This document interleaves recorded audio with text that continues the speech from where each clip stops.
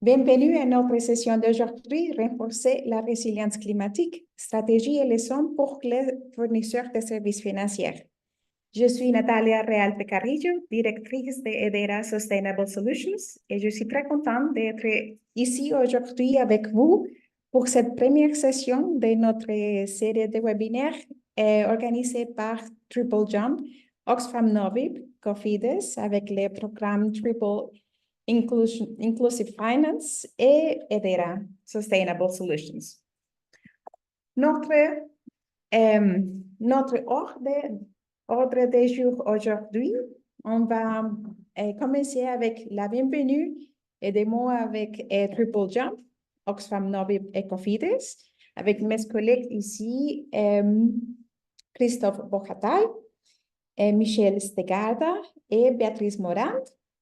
Après, je vais continuer avec une introduction de projet, évaluer les risques liés au climat des institutions de microfinance et développer des stratégies entrepreneuriales de résilience au changement climatique. Après, on va connaître notre participant avec un petit enquête et on va continuer avec des présentations des expériences de Vision Fund Sénégal et de RMCR Vision Fund Mali. Comme vous savez, on a aujourd'hui un petit groupe, c'est un webinaire exclusif pour vous et on voudrait discuter, avoir des questions, des débats très vifs avec vous. Alors, on va dédier des minutes pour répondre à toutes votre questions et on va demander à vous votre retour, si vous savez, qu'est-ce que c'est votre expérience et des questions de votre besoin aussi pour commencer votre journée dans la résilience climatique. Et on va finaliser avec des principaux points à retenir, des messages clés pour votre travail. On va aussi inviter à notre collègue et notre partenaire avec des derniers mots et messages pour finaliser les webinaires.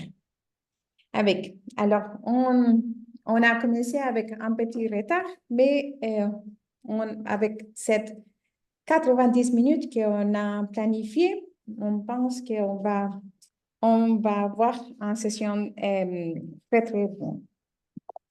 On va donner la bienvenue maintenant à Monsieur Christophe Bochatay. Bienvenue. Allez-y. Merci Natalia. Bienvenue à tous. Donc c'est un plaisir pour moi de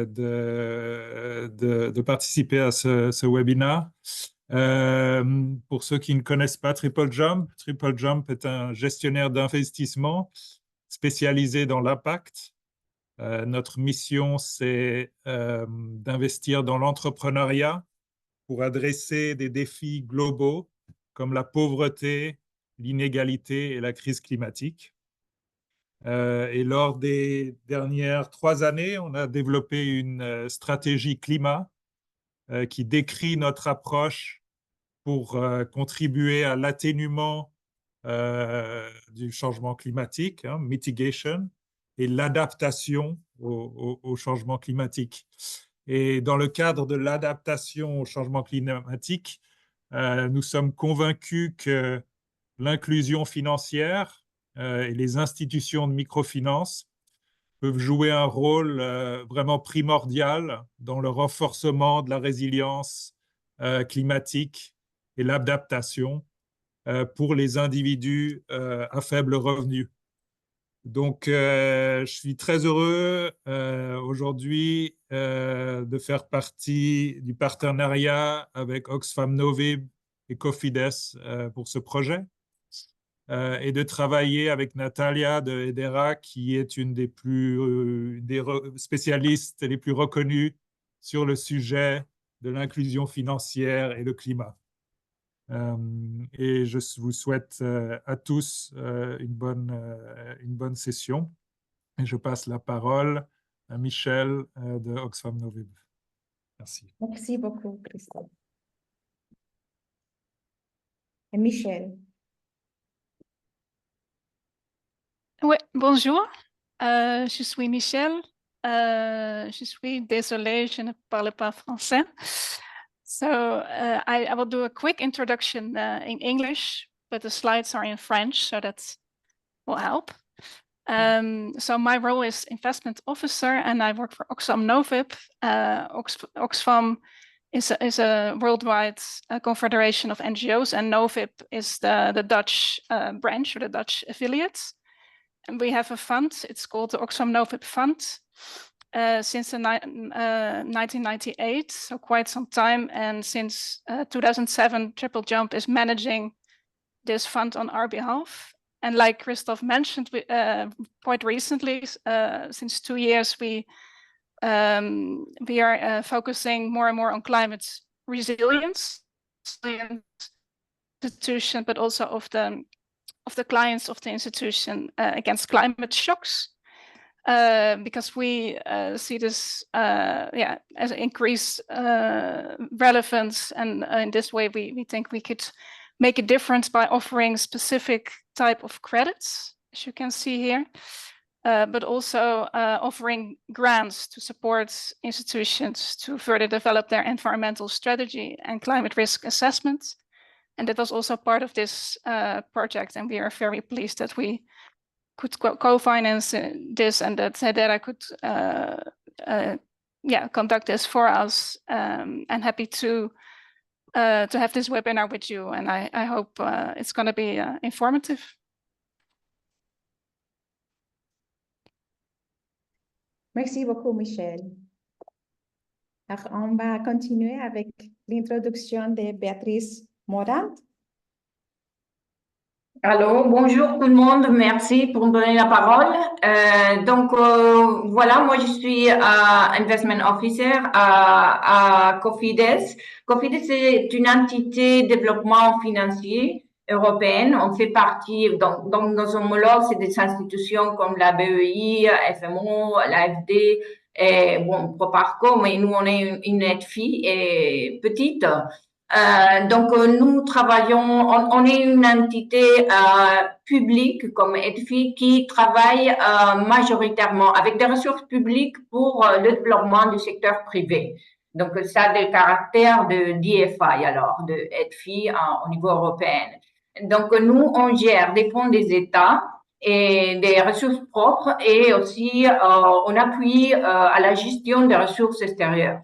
Notre travail traditionnellement a été appuyer les entreprises espagnoles à l'internationalisation à l'extérieur, mais depuis 2015, disons, Cofides a aussi intégré l'équipe dans laquelle je me trouve, travailler dans l'appui à la coopération espagnole, à la gestion des fonds de financement remboursable pour coopération, développement, fonds de développement finance. Alors, dans ce sens, on a une ligne importante au niveau de l'appui aux pays en développement.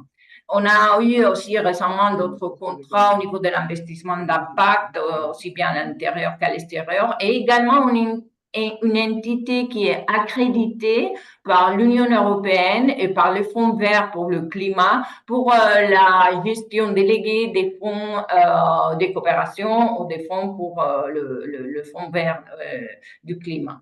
Donc, notre actionnariat est majoritairement public avec l'Institut de commerce extérieur, l'Institut d'ICO, qui est la banque de solutions publiques espagnole. Mais au niveau privé, ça serait à peu près les 51% de notre capital public, mais le reste, c'est de capital qui provient des plus grosses banques en Espagne, Santander, BBVA et Sabadell. Donc, au-delà, nous, on a un mandat à nature mixte, public et privé, et on est aligné comme il faut au niveau de l'agenda 2030 pour objectif de développement soutenable. Et en ce qui concerne le département où je travaille, qui est le département Partnership for Development, alors qui est plus au niveau de la coopération non liée dans les pays en développement. Et on fait, depuis 2016, 2019. Comme ça, on a quelques projets de financement combiné, de blending. Un, c'est le fonds Uruma, qui est microfinance thématique au niveau agricole. L'autre, c'est le projet TIF. Donc, eux, ils ont des financements de l'Union européenne. Le projet TIF est plutôt en Amérique latine, aussi en finance inclusive, et d'autres projets qui vont venir dans le TIF 2. On a aussi en Afrique un projet pour l'énergie renouvelable. Donc, c'est dans ce sens que nous, on a connu Triple Jump dans nos réunions au niveau de l'assistance technique, et on est vraiment content d'initier cette collaboration. Nous, on va la faire pour le moment au niveau du programme TIF, donc ça va être les institutions latino-américaines, mais cela, c'est le début, et on croit que bon, la résilience climatique, c'est une question au cœur de la vulnérabilité de nos clients, de groupes cibles finalement qu'on a. Et on est bien content également de travailler avec Nathalie et Dera. On la connaît également dans les groupes de finances vertes inclusives.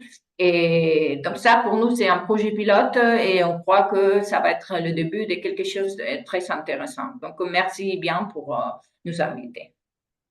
Merci beaucoup, Béatrice, pour cette introduction, et merci à tous les organisateurs, à Triple Jump, Oxfam Novib, Cofides, pour toute la coordination qu'on a eue avec, pour organiser cet webinaire et ce projet cette année.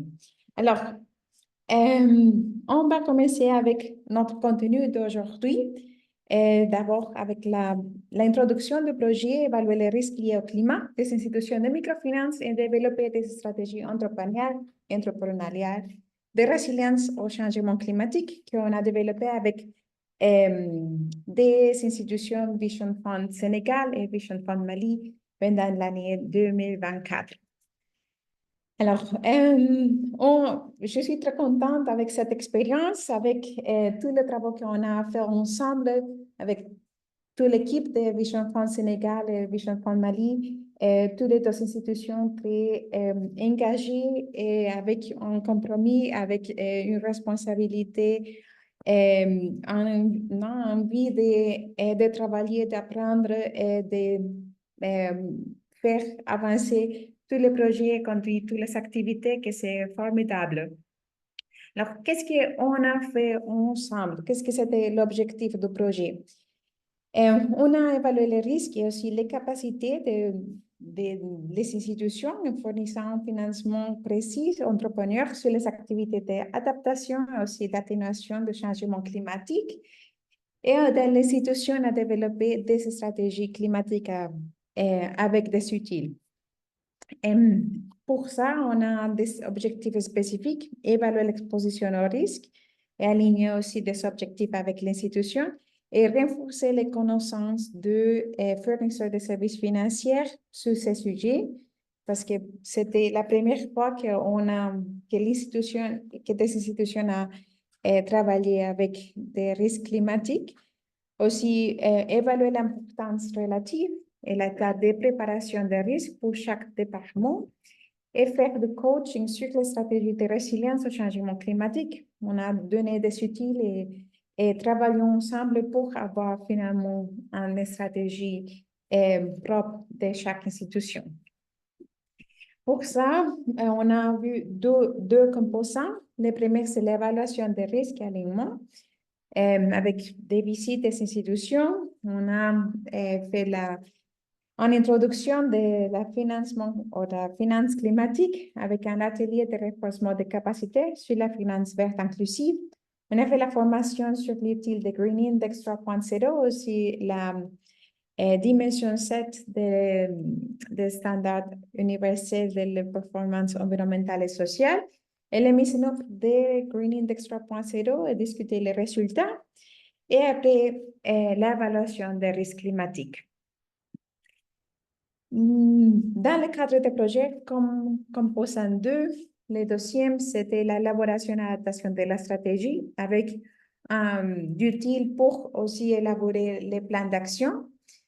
Et on a eu une boîte d'outils d'évaluation des risques climatiques et liste des ressources utiles la formation et coaching pour la conception de la stratégie et l'élaboration d'un plan d'action avec toute l'information sur des besoins de l'institution pour développer chaque activité. Qu'est-ce que c'était la méthodologie? On a défini les critères de résilience climatique, faire des analyses des caractéristiques et des objectifs de produits, de crédits et de services non financiers proposés. On a fait une analyse des risques physiques et de transition de l'institution, d'évaluation institutionnelle et coaching de développement de stratégie. Et notre approche comme EDERA, on travaille notre corps, notre travail principal, c'est travailler avec des données et travailler aussi avec des outils numériques. Donc, notre approche, c'était la collection des données pour l'évaluation institutionnelle, utiliser des plateformes de formation pour la gestion des projets. On a aussi une évaluation des performances environnementales avec les Green Index. On a utilisé des outils numériques pour l'évaluation institutionnelle et aussi pour l'évaluation avec de les performances environnementales et après pour identifier des produits verts dans l'institution. Et la formation et webinaire, on fait des ateliers sur la stratégie de résilience climatique. On a fait des travaux ici dans vidéoconférence, mais aussi avec chaque institution. Après, on a eu aussi l'atelier de renforcement des capacités sur le financement de l'action climatique, où l'objectif c'était d'améliorer l'impact climatique des institutions et augmenter les capacités de formation. Comme vous savez, il y a différents cadres de travail pour comprendre qu'est-ce que c'est la finance verte. Et on a discuté tous les différents cadres, toutes les différentes méthodologies et aussi des facteurs environnementaux, sociaux et de gouvernance et dans les processus de prise de décisions financières des institutions. On a discuté sur l'identification d'opportunités pour développer nouveaux produits financiers. Par exemple, qu'est-ce que sont des produits pour l'adaptation, produits pour la mitigation, pour la transition et aussi pour la résilience climatique. Et aussi, on a discuté ou examiné des stratégies pour la gestion des risques climatiques à niveau institutionnel, comprendre qu'est-ce que sont l'infrastructure de chaque agence, qu'est-ce que sont les risques climatiques pour chaque région de travail, renforcer des capacités techniques pour le développement de la mise en œuvre des produits et financiers verts et comprendre aussi qu'est-ce que sont des risques climatiques de transition, des risques climatiques physiques et ces risques climatiques physiques chroniques et aussi aigus. Et faire la différence et discuter tous ensemble, est-ce qu'on développait déjà des solutions sur l'institution ou pour nous, c'était une opportunité d'explorer ce territoire. Ça, c'est avec l'institution de RMCR en Mali.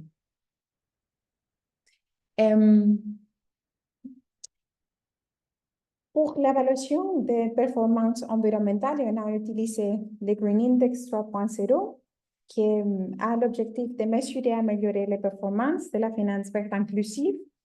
Et cette enquête a 4 dimensions pour évaluer la stratégie environnementale, l'identification des risques et des opportunités environnementaux, la gestion des risques et des opportunités environnementaux et les produits et services verts. Et pour chaque institution, on a donné l'enquête, on a fait les questionnaires à niveau de management et aussi pour des agents de crédit et développer et voir qu'est-ce que c'est l'état des travaux au niveau de financement climatique et donner des recommandations formulées afin d'améliorer leur stratégie et leurs pratiques environnementales. Avec avec la visite de chaque institution et aussi l'évaluation des performances environnementales et voir après, avec chaque département des processus que toute l'institution a, on a évalué 3 dimensions clés au niveau de l'institution, au niveau d'établissement, au niveau des portefeuilles et au niveau des clients. Et ici, c'est la beauté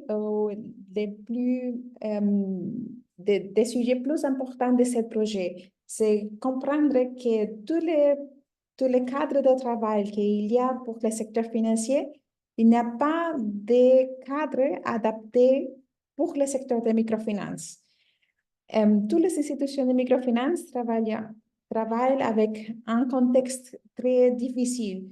Il n'y a pas beaucoup de données. Vous travaillez avec encore des processus analogues. Il n'y a pas de produits physiques à donner, mais ils sont services financiers pour votre client. Alors, quand on parle de risques climatiques, on a les risques climatiques de l'institution, comme les opérations, les processus, les finances pouvant être affectés par les risques physiques et de transition climatique. Et aussi, à niveau de portefeuille, qu'est-ce que c'est l'exposition aux aléas climatiques et sensibilité du portefeuille aux risques physiques et de transition? Et la vulnérabilité des clients, non? La vulnérabilité au niveau des ménages sur la base d'une évaluation des standards de l'accès aux besoins fondamentaux. Et on a utilisé des données de l'accès à l'énergie, de l'eau, sécurité alimentaire, conditions socio-économiques et voir qu'est-ce que c'est la vulnérabilité des clients. Après, on a l'évaluation est portée. Qu'est-ce que c'était la portée de l'évaluation? L'évaluation d'une méthodologie solide pour comprendre les paysages des risques climatiques pour les institutions de microfinance. Et on a eu l'aperçu des outils et des sources de données pertinentes en s'alignant sur les normes sectorielles telles que le Green Index 3.0 et aussi des cadres de travaux internationaux de PNU et NGFS. Et après, pour un niveau institutionnel de clients et portefeuille, on a eu les résultats qu'on a fourniture des rapports d'évaluation des risques climatiques sur mesure à chaque institution, la vue d'ensemble détaillé des risques liés au climat dans différentes dimensions et régions et secteurs que l'institution finance, et recommandations et stratégies concrètes pour l'atténuation des risques avec des produits concrets ou produits à financer pour chaque secteur que l'institution travaille, bétail, production végétale, les petits commerces, et pour chacun, qu'est-ce qu'on peut faire à niveau de résilience climatique. Alors, pour notre approche d'évaluation, on a l'objectif, c'est d'intégrer les risques liés au climat dans le processus de décision financière opérationnelle de l'institution. Et les stratégies impliquent une méthodologie systématique, que c'est la première, c'est l'identification des risques avec l'évaluation des dangers, l'évaluation de l'exposition géographique des portefeuilles et l'évaluation de la vulnérabilité des clients, des portefeuilles et des institutions. Après, on fait l'évaluation des risques, que c'est attribuer des facteurs de risque en fonction du niveau d'exposition et de vulnérabilité pour chaque danger identifié. Et classer les risques en plusieurs niveaux, très faibles, faibles, modérés, élevés, très élevés, afin de classer par ordre de priorité les secteurs préoccupants. Après, on a travaillé sur l'atténuation des risques, c'est l'élaboration des stratégies pour réduire l'exposition. Et on conseille sur la mettre en œuvre des mesures d'adaptation au changement climatique adaptées aux risques spécifiques cernis à cause des processus d'évaluation. Et après, des outils qu'on donne à l'institution, les institutions peuvent surveiller en permanence les risques et les impacts climatiques à chaque niveau, institutionnel, portefeuille et client, avec des enquêtes pour l'institution et aussi pour client, et avec des méthodes pour identifier des risques au niveau des portefeuilles. Et pour ça, dans le cadre des projets, avec Triple Jump et Oxfam Novib, on a développé les boîtes d'outils qui comprennent l'instruction d'étape pour étape pour l'évaluation des risques, un cadre d'identification et gestion des risques environnementaux, l'outil de base sur Excel adapté aux institutions de microfinance pour évaluer les risques climatiques et suivre les actions aussi à niveau d'agence, une liste de références utiles et exemples d'évaluation pour chaque dimension. Ça, et des institutions de microfinance et aussi des consultants qui vont travailler avec des institutions à suivi en méthodologie qu'on a développée pour travailler très en détail et très proche avec chaque institution. Et finalement, pour la stratégie de résilience climatique, ce qu'on a fait, c'est un atelier pour guider les institutions dans l'élaboration et le suivi de leur stratégie de résilience climatique, un document multiforme pour la planification, la mise en œuvre et le suivi. Et pour ça, les composants de base, c'est l'objectif d'action, un aperçu des plans d'action, l'allocation budgétaire, engagement des parties prenantes, les stratégies de communication, suivi et évaluation. Et pour chaque composant, on fait la recommandation comment structurer cette stratégie et comme ça, l'institution peut faire le suivi et surveillance de cette stratégie à long terme. Et le résultat, c'est une approche structurée pour construire et pérenniser une stratégie institutionnelle de résilience climatique.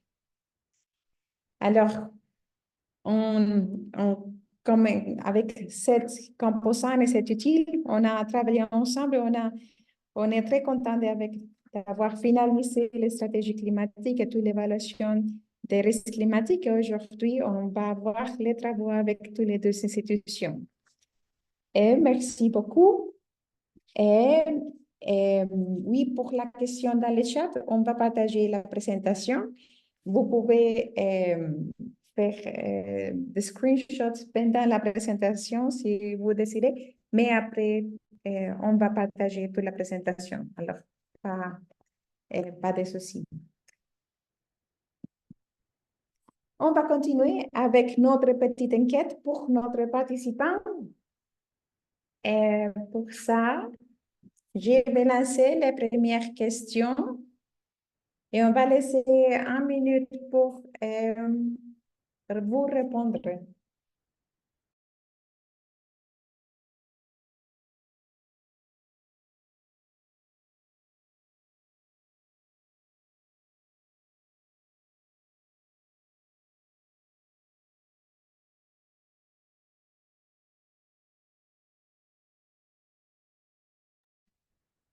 Votre institution propose-t-elle actuellement des produits ou services financiers pour la résilience climatique, par exemple, gestion améliorée de l'énergie, énergie renouvelable, énergie efficiente, des produits de l'eau, assainissement, hygiène, agriculture, élevage, pêche durable, transport propre, amélioration de la maison pour la résilience climatique ou amélioration de l'entreprise.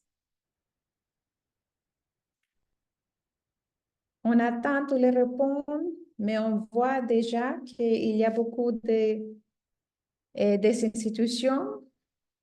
Alors,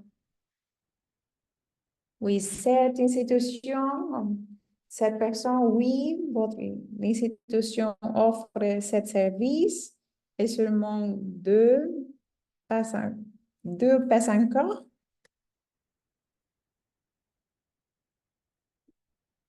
On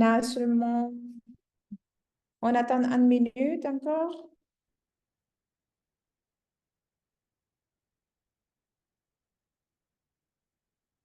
Ok, la dernière. Ok, oui, encore. Oui, si vous voyez l'écran, on a la question.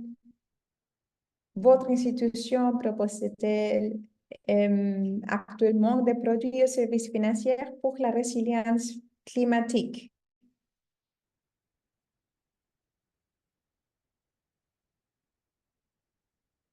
OK. And,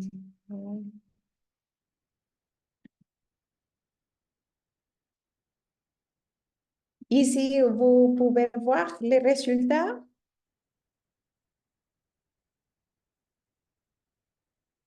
Il y a des commentaires, vous pouvez ouvrir votre micro et on va continuer avec la prochaine question.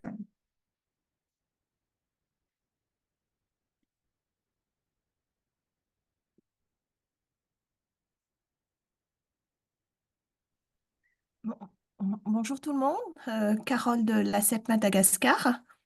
Carole, bienvenue, Carole. Oui, merci beaucoup.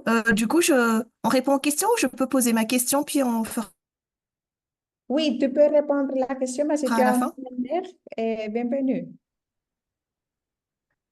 Oui, donc en fait, ma question c'était, donc nous, on a déjà des produits en fait qui répondent aux standards de produits verts, mais on aimerait bien aussi développer d'autres produits. Et est-ce que vous faites un Oui. accompagnement pour ça? Et pour faire des nouveaux produits, oui, et ça c'est d'identifier des besoins des clients et aussi l'offre actuelle.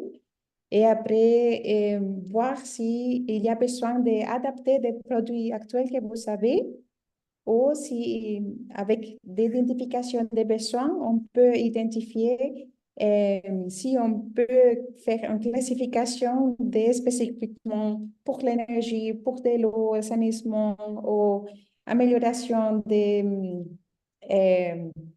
entreprises pour la résilience climatique, c'est possible. Et ça, c'est D'accord. dans le cadre de la stratégie climatique de résilience.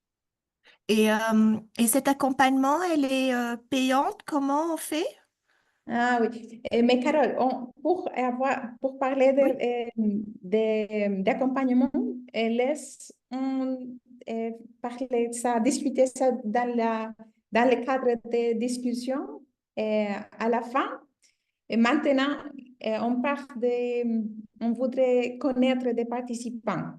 Mais bienvenue à la discussion sur l'accompagnement à la fin des webinaires. Ok, merci beaucoup. Excuse-moi du dérangement. Non, c'est pas de ceci.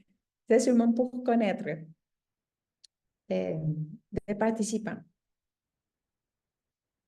Alors, on a la deuxième question. Votre institution dispose-t-elle d'une stratégie ou d'une politique formelle pour promouvoir la durabilité environnementale et la finance verte inclusive?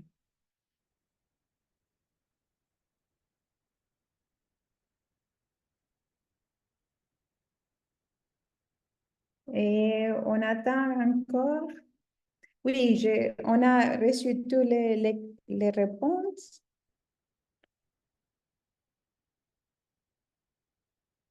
Alors, on voit qu'il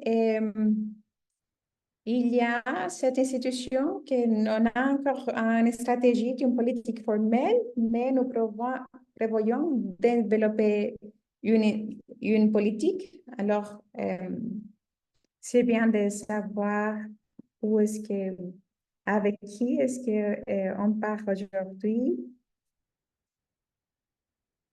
Troisième question. La formation en finance verte. Votre personnel a-t-il reçu une formation sur la finance verte inclusive et la durabilité environnementale?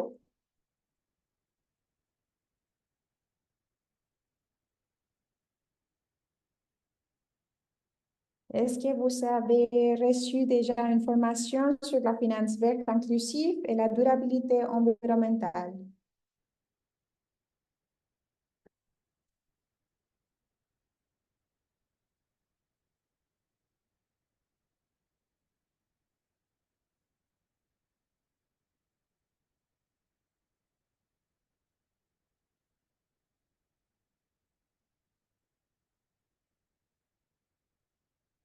OK, merci beaucoup pour toutes les réponses. On voit, oui, formation complète seulement en institution, la formation partielle, plus de la moitié, et non, mais nous prévoyons de fournir. OK. Quatrième question. Engagez-vous avec vos clients pour promouvoir des pratiques respectueuses de l'environnement et offrir une éducation sur la résilience au changement climatique, adaptation et atténuation. Oui, régulièrement, oui, occasionnellement, non, mais nous prévoyons de commencer. Non, et nous n'avons pas l'intention de nous engager. Engagez-vous avec vos clients pour promouvoir des pratiques respectueuses de l'environnement et offrir une éducation sur la résilience au changement climatique.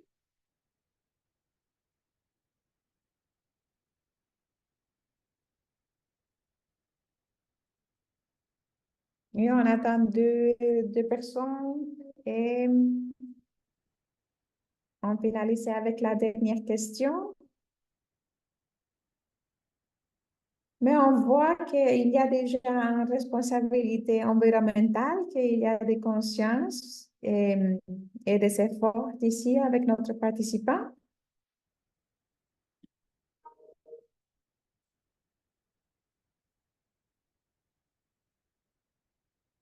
Ici est la dernière question.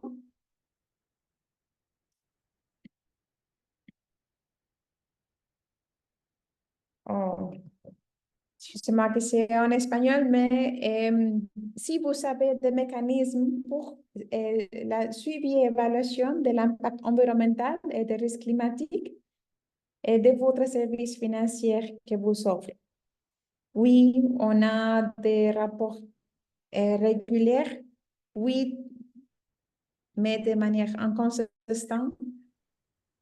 Excusez-moi, je ne vois pas le A. Voilà, merci. Ah, Carole.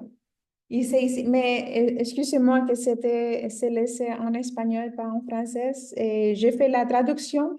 Si vous savez des mécanismes pour la suivi et évaluation de l'impact environnemental et des risques climatiques des services financiers que vous offre, que votre institution offre. Si vous savez des mécanismes de suivi et évaluation des impacts environnementaux. Non, mais vous... Non, alors oui, avec des rapports réguliers, oui, mais pas consistants. Et non, mais on développe maintenant des mécanismes. Non, mais on n'a pas de plan pour développer ce mécanisme. Merci pour répondre. Désolé pour cette...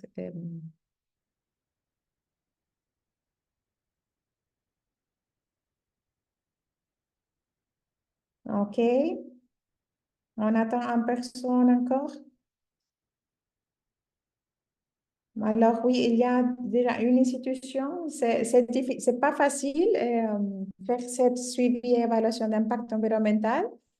Mais on voit qu'il y a 5 institutions.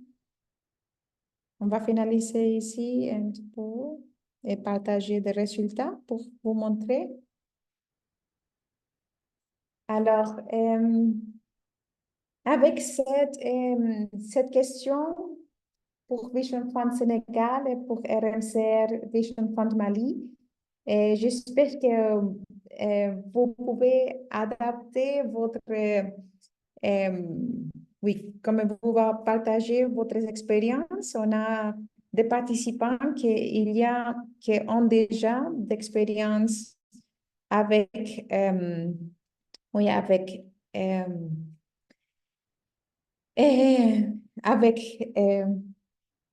la finance verte inclusive, avec des formations, avec une stratégie, avec des produits, aussi avec, avec la planification de développer plus de produits. Alors, on va écouter l'expérience de Vision Fund Sénégal d'abord et voir les parcours que l'institution a pris pour développer sa stratégie climatique, de résilience climatique. Agnès, bienvenue. Bonjour tout le monde. Merci Natalia. et merci à tout le monde. Moi, je m'appelle Agnès Dienne, je suis l'acting CEO de Vision Fund Sénégal. Tout d'abord, je vais commencer par, si tu le permets, Natalia, remercier Triple Jump, Oxfam Norwich et remercier Edera pour cette opportunité qui a été donnée à Vision Fund Sénégal de pouvoir développer sa stratégie de résilience climatique. Et sur ce, je m'en vais partager avec vous, je vais dire la petite expérience ou bien le début de notre voyage dans cette résilience climatique, on va dire. Voilà, donc c'est un défi hein, et c'est une actualité, on va dire, tout ce qui est résilience climatique. Là, c'est une photo qui a été prise par Edera, on va dire, lors de la visite sur le terrain au niveau d'une de nos agences qui se trouve à Noto. Donc, vous voyez un peu la photo est assez parlante et vous voyez déjà les impacts du changement climatique, l'augmentation vraiment de ce cercle thermique qui a un impact et sur les cultures et sur le bétail, les précipitations irrégulières qu'on voit de plus en plus dans le monde et le Sénégal ne fait pas l'exception, des sécheresses qui s'accentuent de plus en plus et une désertification, on va dire, plus poussée. Donc, vous voyez sur cette photo, il y a pratiquement qu'une petite partie qui est verte. Et cette verdure même, elle est due, on va dire, à l'irrigation pour dire que vraiment, c'est une nécessité de faire face à ces défis climatiques que nous sommes en train de rencontrer. Et c'est sur ça que le voyage, on va dire, a commencé avec Edera en janvier de cette année et qui nous a amené à venir faire ce partage avec vous ce matin. Next slide.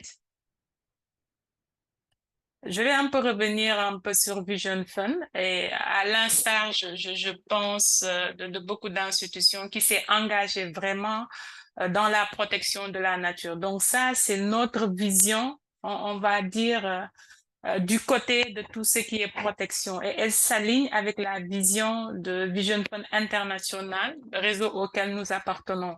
Donc cette vision, c'est vraiment un monde protégé des impacts du changement climatique pour que tous les enfants et les générations futures puissent s'épanouir tout en vivant pleinement leur vie. Donc, notre mission, elle ne change pas. C'est fournir vraiment aux micro-entrepreneurs pauvres, en mettant l'accent sur les femmes, des services financiers et non financiers adaptés et durables dans les zones vulnérables, dans le but d'assurer leur résilience, en augmentant leurs revenus et en réduisant le niveau de pauvreté des communautés en général et le bien-être des enfants en particulier. Donc, au fait, si vous voyez l'évaluation faite par Edera nous a permis un peu de voir que si vous prenez globalement au niveau du Sénégal, ça c'est la carte du Sénégal, les risques d'inondation par les rivières est élevé, que ce soit inondation urbaine ou rurale aussi, elle est élevée, côtière. Le Sénégal a une grande partie qui se trouve sur la côte parce qu'elle est en quelque sorte la porte de l'océan Atlantique, même si Vision Fund Sénégal n'a pas d'agence, mais ça c'est au niveau sur les côtes, mais c'est vraiment au niveau national. La chaleur extrême, elle est là et présente et vous le verrez au fil des développements qu'elle nous impacte beaucoup. Les feux de brousse, bon, tout ce qui est tsunami, on va dire au Sénégal, c'est moyen, de même que tout ce qui est tremblement de terre et éboulement. Donc ça sort vraiment de l'évaluation des risques auxquels est confronté ou bien fait face le Sénégal en général. Maintenant, concernant Vision Fund Sénégal aussi, cette étude nous a permis vraiment de faire une évaluation de nos risques et vous voyez répartis, on va dire, en trois grands points, si je peux m'exprimer comme ça. Donc, si on prend par exemple tout ce qui est infrastructure et opération, on va prendre aussi les parties prenantes et les finances. Au niveau infrastructure, on va dire que le risque est assez faible. Vision Fund s'est doté au niveau de la direction générale, si je commence par là-bas, des infrastructures, on va dire, aux normes, qui respectent les normes. Des agences aussi, les infrastructures sont aux normes, même s'il y a des améliorations qui sont faites. Donc, à faire, les investissements ont été faits, importants au niveau structure, mais quand même, certaines conditions extrêmes nous affectent et ont des incidences sur nos activités. Par exemple, dans certaines agences, on peut y avoir des inondations qui peuvent empêcher les agents de crédit, on va dire, d'aller sur le terrain. Ça, c'est un exemple. Maintenant, en termes, si je prends sur le portefeuille, par exemple, on n'a pas pour le moment, par exemple, d'assurance agricole, on n'a pas d'assurance bétail, même si la majeure partie de notre portefeuille est agriculture. Ça peut sembler paradoxal, mais c'est des chantiers sur lesquels nous sommes. Nous sommes en train d'étudier avec ce qu'on appelle la CNAS, qui est l'assureur agricole et qui est subventionné par l'État pour comment mettre en place cette assurance pour nos clients, pour toujours les rendre plus résilients. Si je viens un peu sur les parties prenantes, le gouvernement est là en termes de réglementation sur tout ce qui est résilience climatique. Vision Fund Sénégal se prépare, mais à vrai dire, au niveau national, il n'y a pas vraiment une loi qui est là, claire et définie sur tout ce qui est résilience climatique appliquée au système financier décentralisé. Mais à travers, on va dire, notre veille réglementaire, nous suivons ça de très près. Au niveau des finances, on va dire que les changements climatiques affectent bien entendu nos clients parce qu'en cas de sécheresse, si la pluie manque, les clients ne pourront pas payer le crédit et ça va aussi affecter l'institution économiquement. En cas de sécheresse aussi, idem. Les clients auront des difficultés pour rembourser les prêts qu'ils ont pris et affectera ainsi le portefeuille de Vision Fund Sénégal. En termes de marché, on va dire un risque modéré à élevé, mais on voit une opportunité qui est là, une demande, surtout des clients par rapport aux innovations technologiques en termes de demande de pompes solaires, de frigos solaires, qu'on pourra voir un peu plus dans les détails. Donc voilà un peu l'évaluation que EDERA nous a permis de faire durant cette étude pour mieux comprendre un peu les risques auxquels nous sommes confrontés, de même que nos clients. Next slide. Toujours dans cette continuité, j'en parlais tantôt. Donc, les risques les plus élevés là, c'est au niveau portefeuille. C'est les inondations et la chaleur extrême qui constituent vraiment des menaces pour notre portefeuille. Donc, on le savait déjà et ça a été confirmé par la revue de EDERA, par l'enquête sur le terrain, par les réponses des clients qui ont été interrogés, des agents de crédit, des chefs d'agence qui sont vraiment daily, tous les jours avec ces clients. Donc, c'est vraiment un risque très élevé que nous avons sur notre portefeuille. On a un risque aussi, on va dire, sur tout ce qui est les feux de brousse dans certaines zones. Dans certaines de nos agences, ils sont confrontés à ces feux de brousse, on va dire. Maintenant, tout ce qui est, on va dire, les fortes pluies, j'en ai parlé, mais paradoxalement aussi, autant les fortes pluies ont une conséquence néfaste sur le portefeuille, sur les clients, parce que avec le dérèglement climatique, les temps, on va dire, les saisons de pluie au Sénégal ont changé. Mais il peut y arriver qu'on ait une période de forte pluie qui affecte les cultures, comme paradoxalement, il peut arriver qu'on ait des périodes de pénurie d'eau, comme la photo qu'on vous a montrée au niveau de Noto. Et notre visite a montré avec des échanges sur le terrain que, par exemple, la nappe phréatique, elle devient de plus en plus difficile à atteindre. Donc, dans les années précédentes, un client nous disait, il suffisait juste de prendre la main et tu as l'eau à portée de main. Mais maintenant, il faut creuser, aller en profondeur pour avoir de l'eau. Donc, ça prouve qu'il y a la raréfaction de l'eau qui est due vraiment à ces changements climatiques. Et comme je disais aussi, les périodes d'hivernage de pluie sont fortement perturbés. Et je pense que vous avez vu récemment dans les pays voisins du Sénégal, beaucoup d'inondations malgré la sécheresse qu'il y a dans ces pays. Et au niveau de l'élévation de la mer, on va dire que l'impact quand même est faible, comme je le disais dans mes propos préliminaires.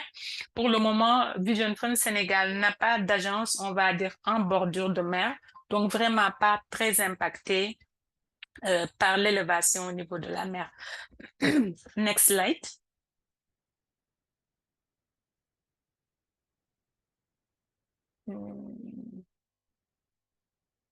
OK, l'étude aussi, ce qui l'a permis de sortir, hein, en termes de vulnérabilité, au fil des temps, il est ressorti de l'étude faite que les clients deviennent de plus en plus résilients autant.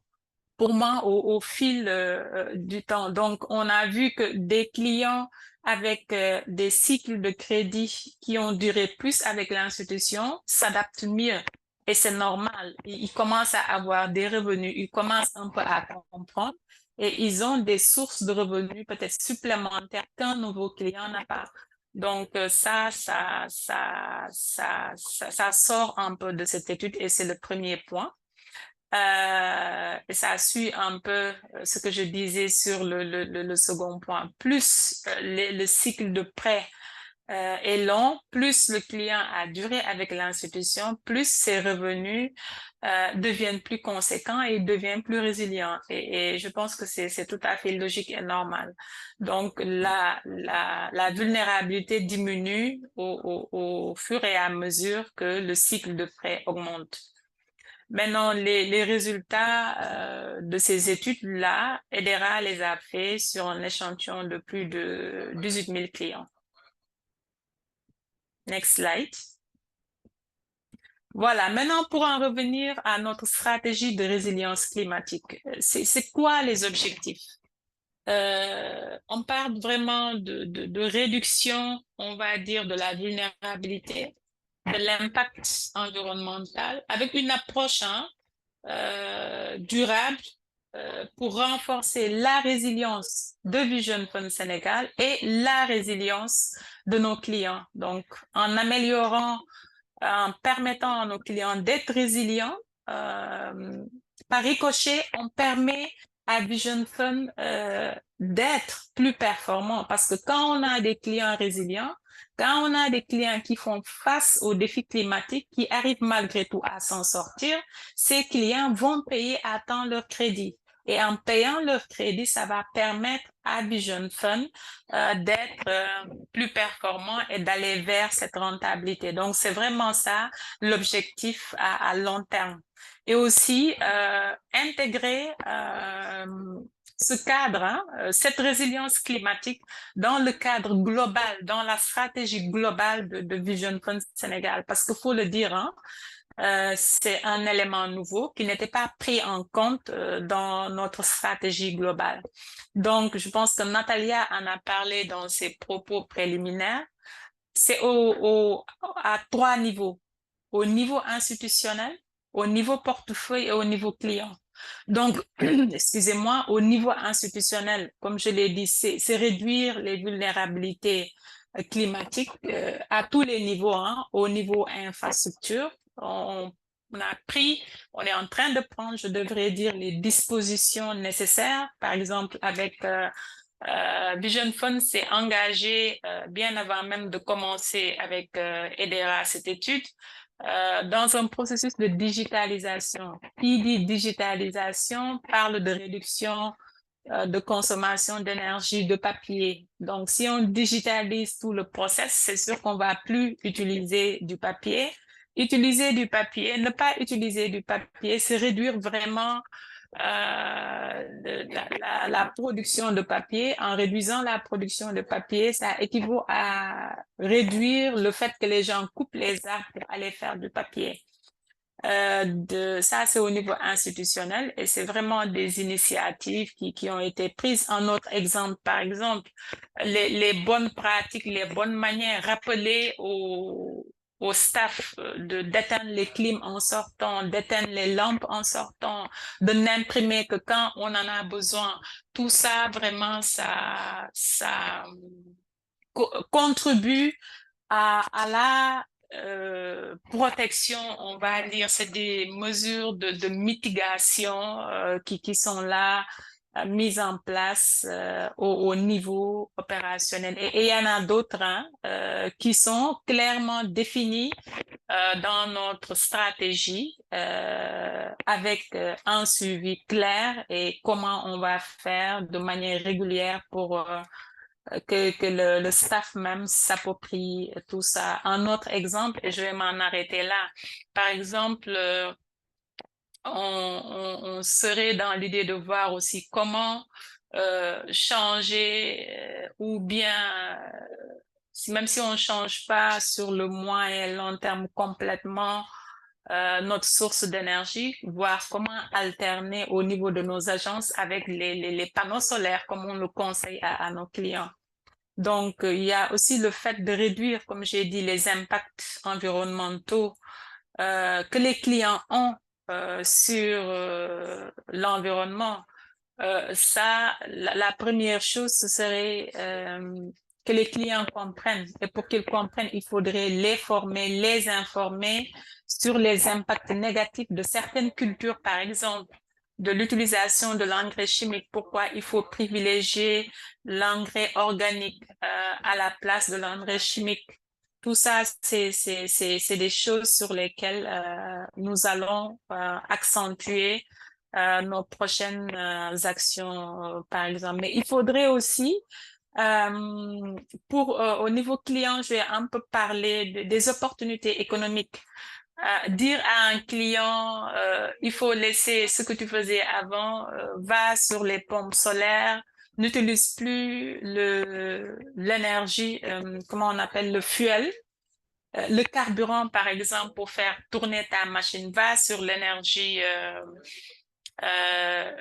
naturelle, si je puis m'exprimer comme ça. Il faudrait aussi que le client comprenne que derrière, il y a des opportunités économiques, que le carburant coûte cher. Même si l'investissement sur une pompe solaire au début peut te coûter assez cher, mais sur le moyen et long terme, tu vas gagner beaucoup plus. Donc, parce que le client, il faut le dire, il faut qu'il voit l'opportunité économique pour pouvoir changer. Voilà globalement la stratégie et les objectifs stratégiques. Et dans ça, comme je l'ai dit, donc c'est réduire les vulnérabilités climatiques et infrastructurelles. Je pense que je l'ai un peu brossé en faisant face aux risques physiques identifiés et dans les 3 dimensions dont on a parlé tout à l'heure, niveau institutionnel, niveau portefeuille et niveau client. Donc, niveau institution, c'est adapter le processus aux risques climatiques tels que la chaleur et les inondations. J'ai oublié un exemple, par exemple, de extrême chaleur. Au niveau de nos agences, par exemple, pour certaines heures, il est difficile aux agents de crédit de se déplacer pour aller vers les clients, par exemple, entre 13h et 15h. Il fait une chaleur infernale. Donc, tout ça, c'est, comme on l'a dit, comment résister à ces risques climatiques. Au niveau portefeuille, comme je l'ai dit, hein, on est dans l'optique et on a même commencé, on va dire, financer des pratiques durables en matière d'agriculture et d'élevage, affiner les systèmes informatiques pour améliorer, au fait, l'évaluation et la surveillance. Au fait, qu'est-ce qu'on appelle, à quoi on pense en parlant de ça? C'est que au début, par exemple, avant cette étude, on s'est rendu compte avec l'évaluation, en évaluant notre système informatique, on n'avait pas de KPI dans le système qui suivait, par exemple, les crédits verts.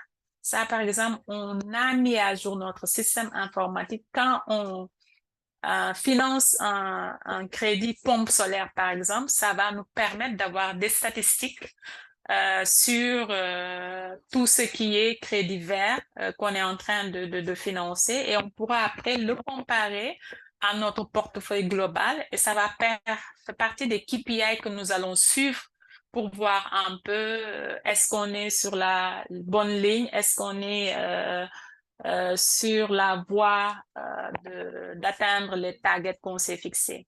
Donc, j'en ai parlé au niveau client, c'est vraiment les technologies propres. On doit un peu avancer parce qu'on Oui, a 30 minutes et encore on doit.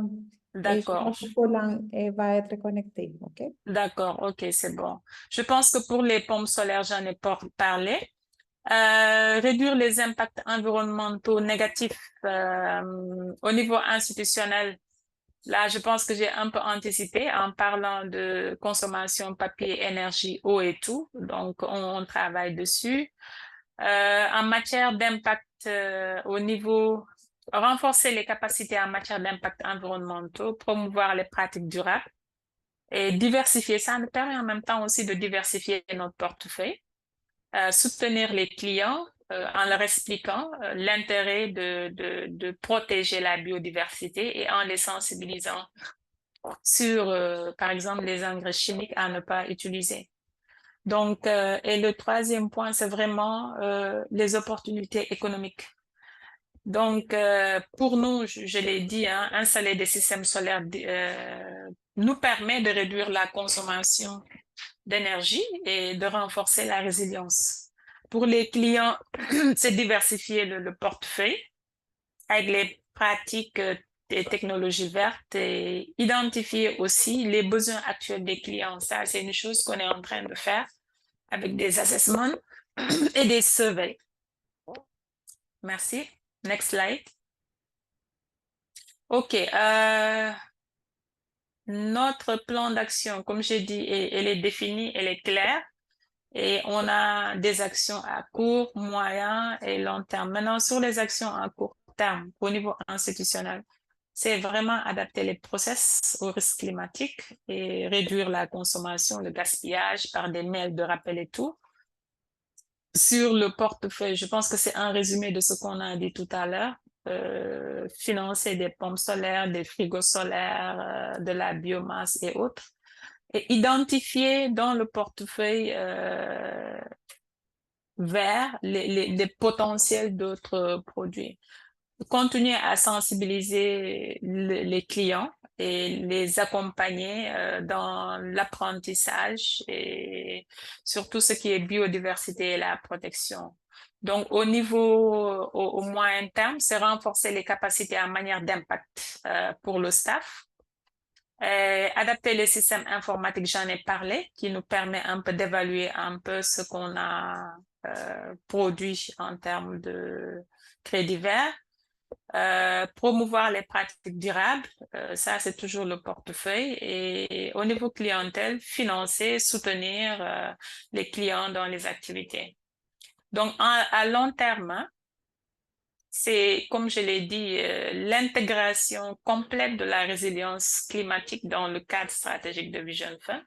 Et on espère à long terme, au niveau portefeuille, avoir au moins un client sur 5 dans le secteur agricole qui utilise des pratiques et des technologies durables et améliorer, comme je l'ai dit, la résilience et de Vision Fund et de nos clients en réduisant leur vulnérabilité. Les défis au niveau institutionnel, je pense que c'est que les gens, les staffs, s'approprient, moi je pense que c'est le premier défi, que s'approprient vraiment cette stratégie. Et ça, il faudra une très bonne communication. Et ceci à tous les niveaux, en partant du conseil d'administration jusqu'au personnel. Le défi aussi, c'est vraiment une formation parce que ça demande de l'argent hein, et des connaissances pour vraiment pouvoir adapter le process au niveau portefeuille. Effectivement, c'est diversifier ce portefeuille en intégrant les objectifs de résilience. C'est pas une chose aisée, mais on va s'y atteler avec les partenaires et tout. Pour les clients, comme je le disais tantôt, hein, le changement n'est pas facile. Pour quelqu'un qui, depuis des années, depuis des générations, fait quelque chose, tu lui demandes de changer sa manière de faire, il y a forcément des résistances. Donc ça, c'est attendu. Et maintenant, comment trouver des moyens de mitigation sur ça. Et la meilleure façon, ce sera vraiment de les former, trouver les moyens de former nos clients sur vraiment la résilience climatique. Une fois qu'ils auront compris, je pense que ce sera plus simple. En conclusion, hein, en étroite ligne avec notre mission qui est de protéger la Terre, Vision Fund s'est engagé vraiment à réduire les impacts du changement climatique et à permettre aux générations futures de s'épanouir dans un monde où ils pourront vivre leur vie en toute plénitude. Merci beaucoup. Bon, maintenant, la stratégie de résilience, les next steps, c'est quoi? On l'a finalisé. C'est la traduction qui reste. C'était en anglais. On va la traduire en français. L'intégrer dans le cadre stratégique de Vision Fund. Le partager avec Vision Fund International et contribution et approbation. Le faire, comme je l'ai dit, approuvé par le conseil d'administration. Le partager avec le personnel, les parties externes, avec un plan de communication clair. Faire progresser les travaux sur le développement des produits verts et l'identification des clients.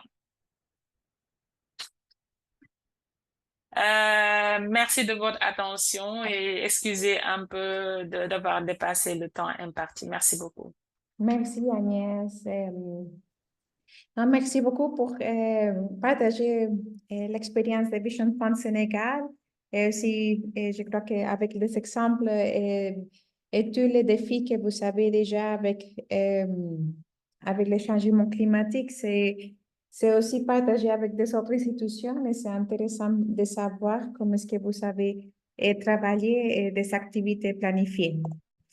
Alors, avec cette expérience, on va continuer avec la présentation de Vision Fund Mali, de RMCR, réseau de micro-institutions de croissance et de revenus, avec la participation de M. Poulan. Poulan, oui, tu es avec nous? Bonjour. Hola Moussa, oui. Bonjour, bienvenue, Monsieur Konate. Ok, le directeur va vous présenter, il est là. Charles. Oui, mais pas de souci, on vous attend, on a travaillé ensemble oui, on est très intéressé de vous écouter aujourd'hui. Oui, malheureusement, Monsieur Koulibaly il est là, Monsieur Koulibaly est là. Monsieur Koulibaly est là. Ok, Monsieur Koulibaly, bonjour. Il vient d'arriver en courant. Ok, merci beaucoup pour arriver pour les webinaires. Okay. Pendant les vacances. Ok, merci. Alors, on va continuer et merci à tous pour la patience avec, si on prend un peu plus de temps. Voilà, donc il y aura sûrement... Bonjour tout le monde d'abord. Bonjour. Voilà, je dis qu'il y aura sûrement répétition avec Sénégal parce qu'il y a beaucoup d'endroits qui se ressemblent. On est dans la même zone climatique. Oui. Surtout le nord du Sénégal correspond à une bonne partie du Mali. Donc, les effets climatiques du changement climatique sont très, très forts au Mali. Cette année, par exemple, le gouvernement a dû décréter une catastrophe nationale parce que la saison de pluie a commencé d'abord en retard. Et quand ça a commencé, c'est des violentes pluies très, très, très fortes. Et toutes les grandes villes du Mali ont des problèmes d'inondation actuellement. Donc, personnellement, le 6, non, c'est pas le 6. Donc, le samedi passé, je partais dans un village. Donc, je suis arrivé sur un pont. Donc, le pont on ne voyait même pas le pont, hein, c'était totalement inondé.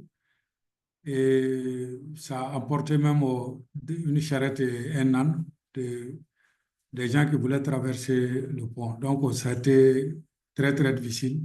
Et actuellement, on vit cette population et cette situation.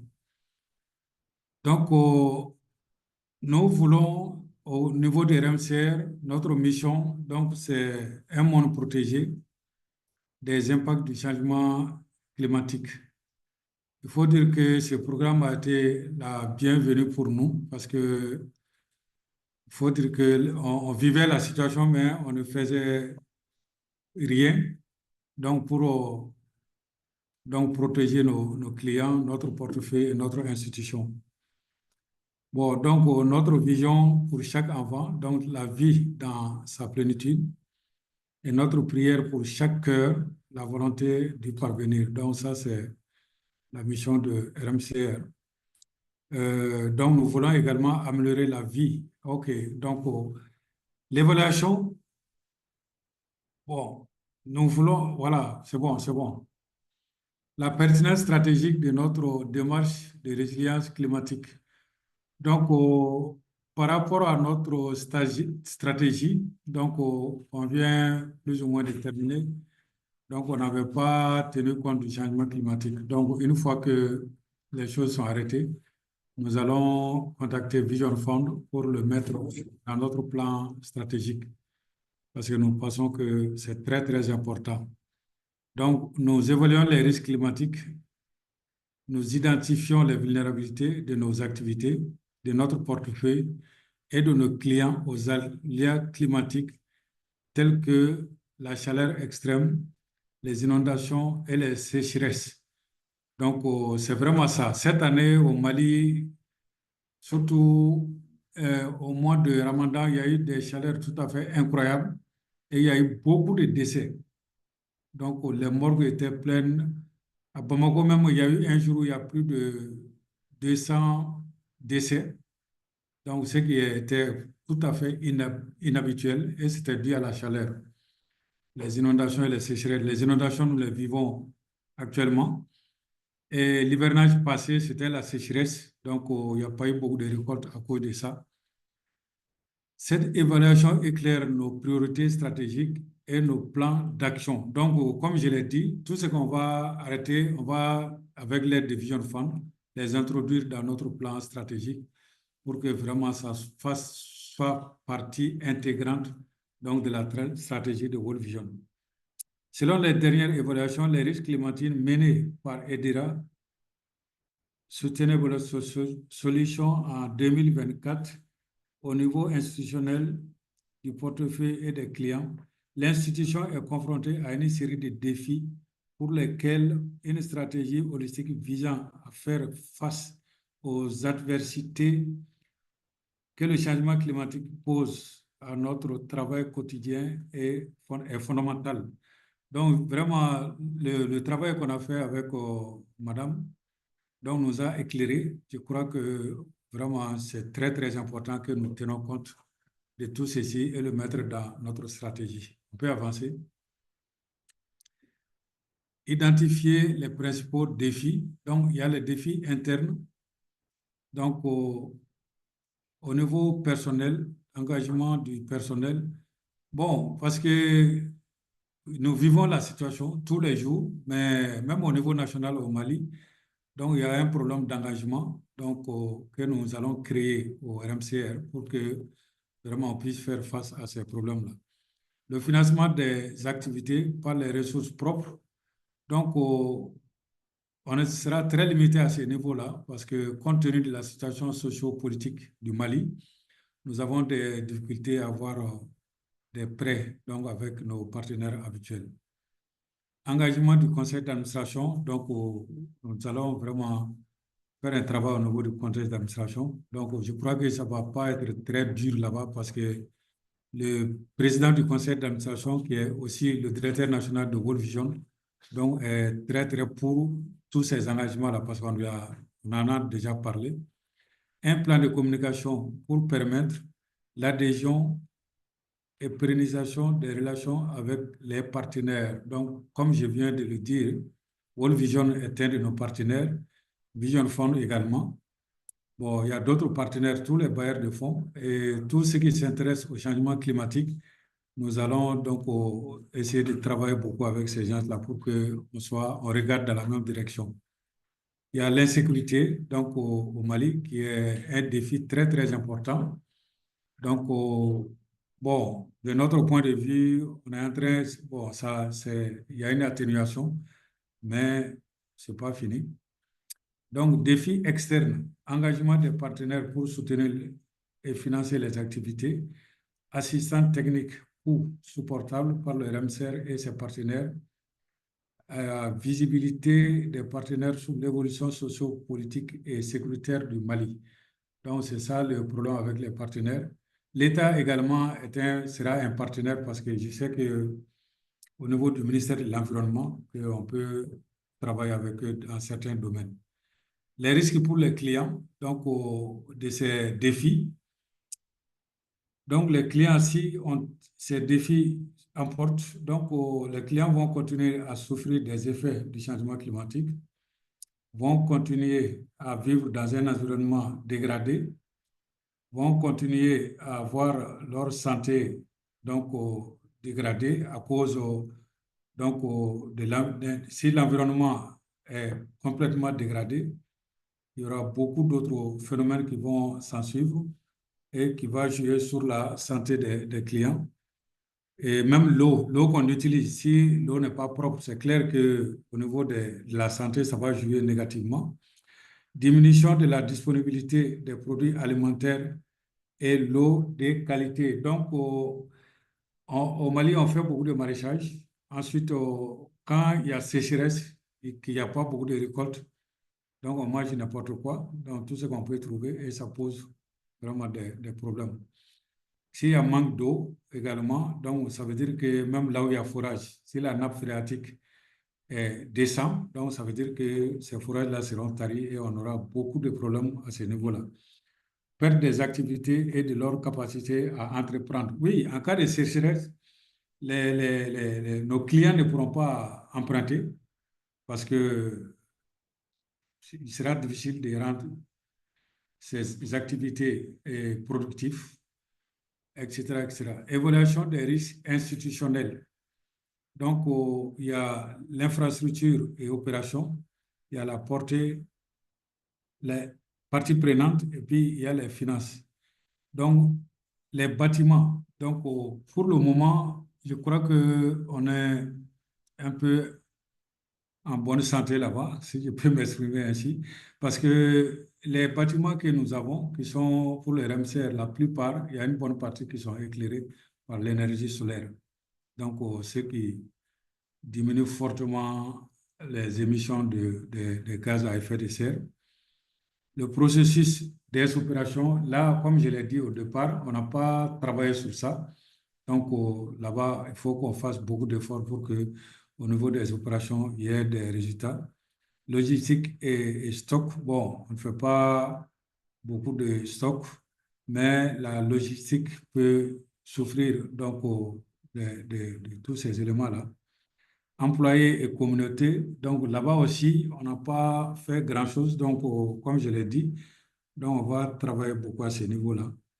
Gouvernement et réglementation. Oui, il y a des réglementations au niveau gouvernemental, mais tant que ce n'est pas diffusé, tant que la population n'est pas sensibilisée, donc ces réglementations restent dans les tiroirs.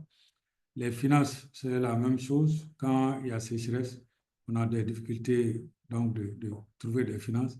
Marché client, donc là-bas aussi, il faut des clients qui produisent, il faut des produits adaptés au marché.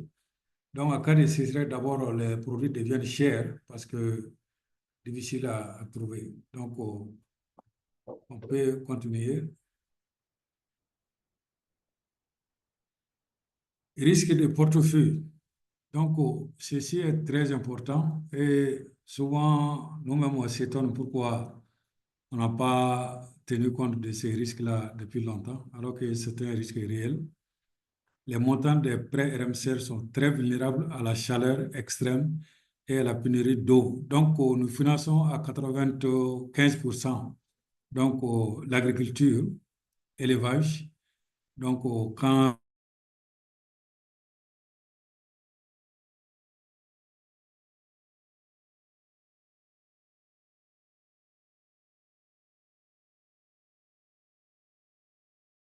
il y a une sécheresse ou c'est très élevé, le plus élevé. Les risques d'incendie, de forêt et d'inondation sont modérés et élevés. Oui, bon, c'est ce qu'on avait écrit, mais cette année, on ne peut pas dire que les risques d'inondation sont modérés parce qu'actuellement, c'est très, très, très élevé. Le gouvernement a décrété une catastrophe nationale.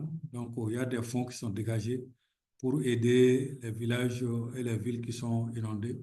Donc, nous-mêmes, on a eu à parcourir un certain nombre de villages et des villes où on a des clients donc, qui ont été complètement inondés, les maisons sont tombées, tout.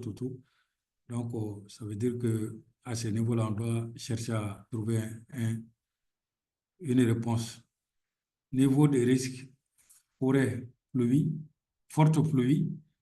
Donc, les couleurs qui sont là, donc, jaune, c'est modéré, et vert, c'est faible. Bon, chez nous, on mettrait très haut cette année parce que c'est une catastrophe. Nombre de risques d'inondation, donc 24, c'est très élevé.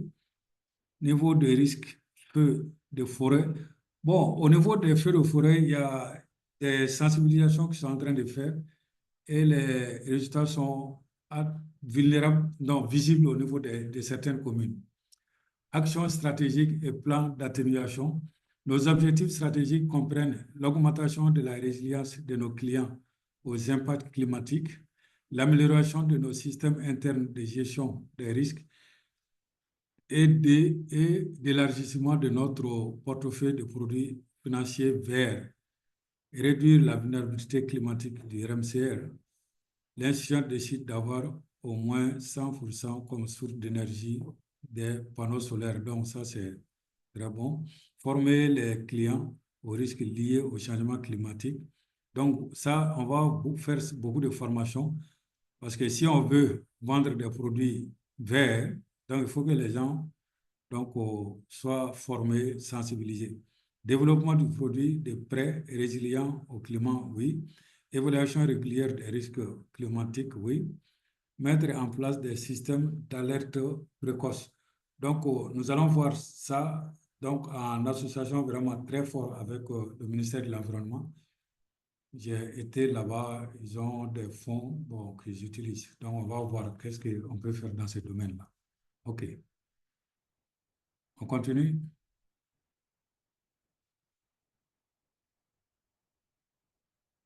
Slide suivant.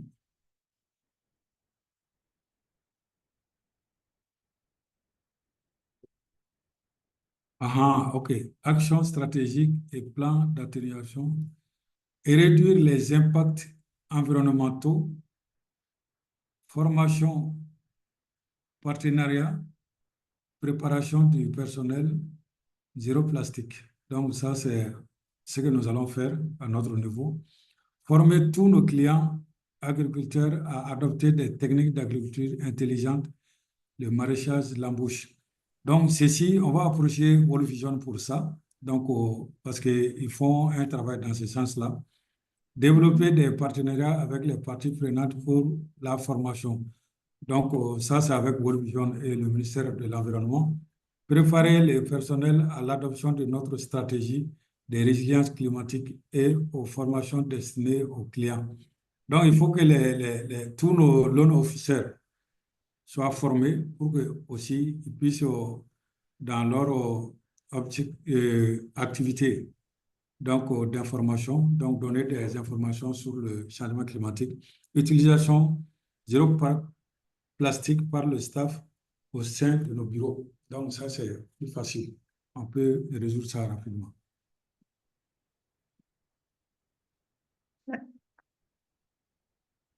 Voilà. Favoriser les opportunités économiques. Monsieur Charles, je vais faire un petit pause ici parce qu'on arrive les 90 minutes, les 90, et je voudrais partager à tous le questionnaire des retours. C'est dans le chat. Alors, si vous devez sortir, je vous invite à remplir ce questionnaire. C'est aussi pour Carole la question qu'on a sur l'assistance pour des institutions de microfinance. Dans le questionnaire, vous pouvez choisir la langue française et après remplir mais on écoute. Oui, si vous devez sortir tout d'abord. Alors, vous pouvez ici choisir la langue, choisir française et remplir le questionnaire. Mais oui, Okay. Charles, on a 3 diapos et après on peut finaliser avec les retours. Et on a aussi des messages clés pour les participants. OK. Donc, il faut favoriser les opportunités économiques. 2 points. Développer le portefeuille vert, diversifier les pratiques et adopter des solutions énergétiques durables. Au niveau des clients, l'organisation identifiera et développera le portefeuille vert actuel pour pallier le manque de produits financiers durables. Cela aidera les clients à mieux faire face aux défis posés par le changement climatique. Au niveau du portefeuille, elle diversifiera son portefeuille en promouvant les pratiques et les techniques durables, ce qui permettra de réduire la concentration des risques et d'accroître la résilience économique de ses clients. Au niveau institutionnel, à court terme, elle numérisera ses processus pour réduire les coûts associés au papier et à l'énergie.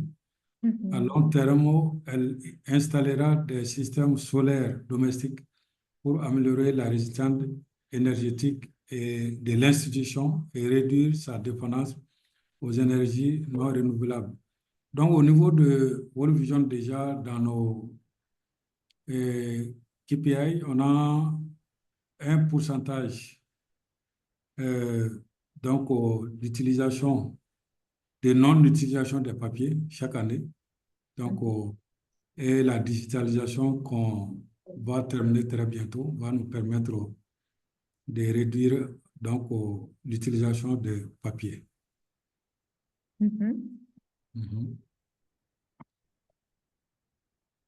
Communication et engagement de notre stratégie de résilience climatique. Donc, la communication au niveau interne, il y a la communication au niveau externe. Au niveau interne, donc, nous allons faire des bulletins d'information radiophoniques trimestriels. Donc, on amène ça. Il y a des radios un peu partout au Mali actuellement. En tout cas, dans toutes les communes, il y a des radios. Donc, on peut mettre à la disposition de ces radios-là, donc des bulletins d'information, donc ils vont largement diffuser. Donc, les ateliers communautaires, donc il s'agit au moins dans chaque commune où on travaille, en association donc avec le maire, le staff de la commune, donc organiser des ateliers donc, pour informer le plus large possible des gens au niveau de la commune. Séances de sensibilisation et promotion avec les communautés, oui. Séances de formation du personnel, oui. Affichés dans les agences, réunions internes du staff. Donc, on va essayer de mettre ça au niveau de toutes nos agences. Au moins, on va voir ensemble la périodicité. Donc, s'il faut faire ça mensuellement ou trimestriellement, en tout cas, on va gérer ça, une réunion du staff donc au niveau de l'agence pour discuter donc, de tout ce qu'on aura mis à leur disposition comme information. Et réunion du conseil d'administration et réunion internationale Vision Fund. Donc, au niveau du conseil d'administration, donc, on peut à chaque réunion introduire dans les divers un point donc, au changement climatique. Donc, à ce niveau-là, que ce soit RMCR ou les autres membres du conseil d'administration qui sont dans d'autres institutions, donc chacun peut donner les informations qu'il y a et ce qu'il faut faire pour aller de l'avant. Réunion internationale Vision Fund. Donc, ça, c'est en principe une fois par an et il y a des réunions au niveau des départements aussi. Par exemple, les IT ont des réunions, les finances aussi. Donc, à ces occasions-là, donc, c'est une occasion de parler de changement climatique. Au niveau externe, il y a une réunion de l'association de microfinance. Voilà, on a une fêtière ici qui s'appelle APSFD. Donc, on peut, lors des réunions, d'abord, le 5, on a un conseil d'administration de cette association-là. On peut parler donc, du changement climatique. Essayer de voir où, s'il y a des institutions qui sont déjà avancées, et s'il y en a, donc voir qu'est-ce qu'on peut apprendre d'eux. Participation à des conférences internationales. Donc, si nos budgets le permettent ou si on peut avoir des sortes de bourses pour participer à des réunions internationales, ça ouvre l'esprit, ça permet de voir ce qu'on fait ailleurs et ce qu'on peut faire chez nous aussi. Conclusion et prochaine étape. Au cours des 6 prochains mois, nous nous concentrerons sur 2.1, l'établissement d'une politique environnementale de base. Donc, ce travail-là sera fait surtout avec Vision Fund. On va demander s'il y a un spécialiste là-bas. Donc, on va travailler avec lui. Et la tenue d'ateliers internes, donc sur la base de ce que nous avons comme politique environnementale de base, donc on va tenir des ateliers et internes, donc surtout pour la formation et pour voir ce qu'on peut faire dans tel ou tel domaine. L'établissement d'objectifs environnementaux à court terme, donc c'est l'occasion de voir avec les loan officers à court terme qu'est-ce qu'on peut faire concrètement. Nous mènerons une évaluation des besoins et un sondage sur la satisfaction de la clientèle afin d'identifier les produits et les offres potentielles pour améliorer la résilience climatique. Donc, on a une évaluation de la satisfaction des clients. Chaque année, on le fait une fois. Bon, c'est conseillé même 2 fois. Donc, à ces occasions-là, donc, on va introduire un questionnaire donc, qui va nous permettre de voir plus loin. OK? Donc, merci beaucoup pour l'écoute et bonne continuation. Excusez-moi pour changer la diapo. Merci, Monsieur Charles Coulibaly, pour la présentation, pour arriver aujourd'hui au bureau pendant les vacances. Et je suis contente qu'on a réussi à avoir votre présentation. Alors, on est arrivé déjà dans la fin de notre présentation, mais on voudrait savoir si vous avez des questions dirigées à M. Coulibaly et à Mme Diane. Et s'il y a d'expériences que vous voulez partager, et ça, c'est le moment, comme je dis, c'est un petit groupe que vous avez reçu des invitations exclusives pour participer aujourd'hui. Alors, n'êtes pas timide. Il n'y a Bon, pas de mauvaises questions. voilà, moi je vais faire une petite Oui, intervention. monsieur. Voilà, c'est dire que, bon, je pourrais dire que ça tombe bien cette année parce que l'inondation a affecté presque toutes les régions du Mali. Mm, Donc, quand on parle de changement climatique, je crois que les gens seront disposés à écouter ce qu'on veut dire. mm. Donc, bon, ça, c'est très important. Aussi, je voudrais savoir les institutions internationales comme Triple Jump, Oxfam, qui s'intéressent au changement climatique. Donc, si on peut faire avec eux un travail donc, pour tout ce qu'on vient de dire, au Oui, niveau, il y a par exemple, des... formation, au niveau de la formation surtout, parce que dans un premier temps, il faut que les gens soient bien formés. Oui. Donc, s'il y a parmi ces institutions-là celles qui sont intéressées par la formation, donc des spécialistes, on est conscient Mhm. qu'au niveau du Mali, il va y avoir un problème parce que à cause de la situation socio-politique, mais Oui. on peut faire des webinaires, des cours comme on vient de le faire là, pour les formations. Oui, bien sûr, la formation c'est très importante. Ici, Béatrice Morand de Cofides, non, il y a conscience aussi des investisseurs d'impact que c'est très important des institutions. Et il y a déjà des planifications, comme est-ce que c'est possible de continuer ces travaux de sensibilisation. Et si Béatrice, tu as, non, si tu veux partager aussi de votre côté. Oui. Mhm. Bonjour.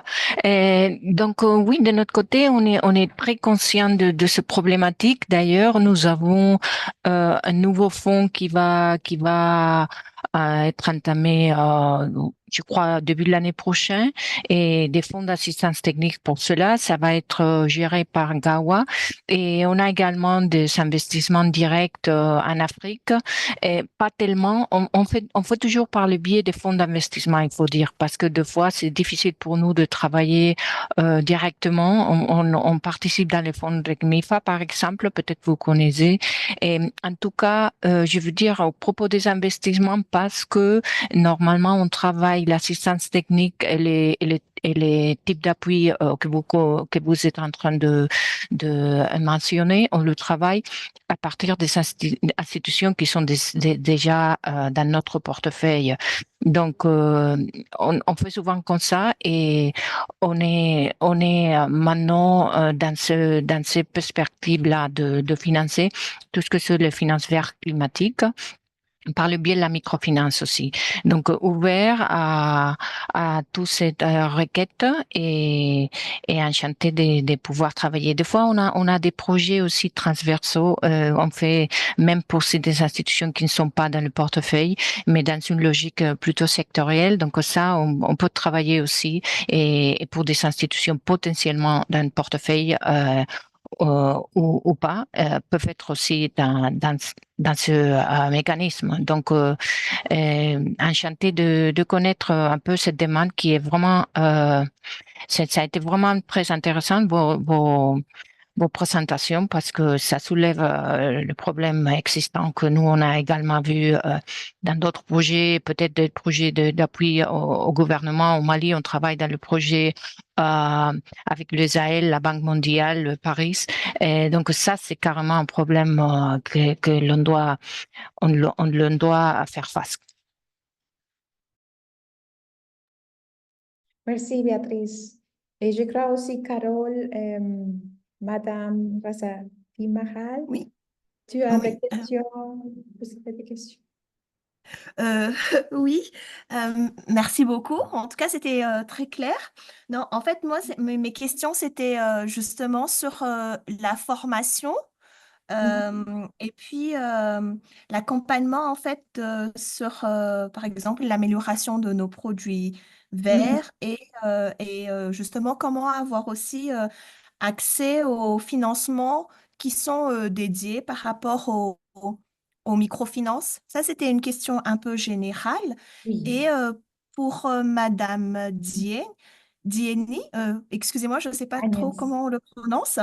euh, Vous avez parlé en fait que la vulnérabilité diminue en fonction de l'augmentation du cycle de prêt et je voulais avoir un peu plus de précision sur cette partie. Merci. Alors, pour la première question, non, comme a dit Béatrice, il y a des fonds ou des programmes qui vont commencer au début de la prochaine année.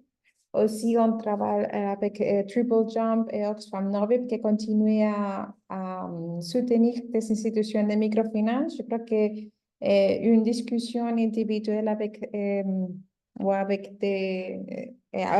tous les deux, c'est important et c'est clé pour préciser des besoins et plus préciser aussi des types de projets. Mais il y a aussi plus d'acteurs qui travaillent maintenant dans le secteur des finances vertes inclusives, ils sont aussi intéressés de fournir des assistances techniques et aussi des financements pour les initiatives de résilience climatique. Alors, non, on peut discuter après les webinaires. Et pour Agnès, si tu peux répondre, je peux aussi discuter sur ce point de vulnérabilité. Vas-y, Natalia. Ensuite, je Merci. vais apporter des contributions aux besoins. Oui, on a calculé, alors, avec tous les Vision Fund Sénégal a des données très détaillées avec l'accès d'énergie, l'accès de l'eau, la sécurité alimentaire, des caractéristiques sociodémographiques des clients. Et on a fait des analyses des données avec 18 000 clients. Ça, c'est un base très, très riche. Et on a calculé un index qui s'appelle Climate Vulnerability Index, d'où on a combiné cet indicateur et après on a fait la comparaison de cet index avec combien de cycles de prêts des clients ont. Et les résultats ils sont très intéressants parce qu'ils montrent que des clients avec une relation plus loin avec l'institution, ils sont moins vulnérables que des clients avec moins de cycles.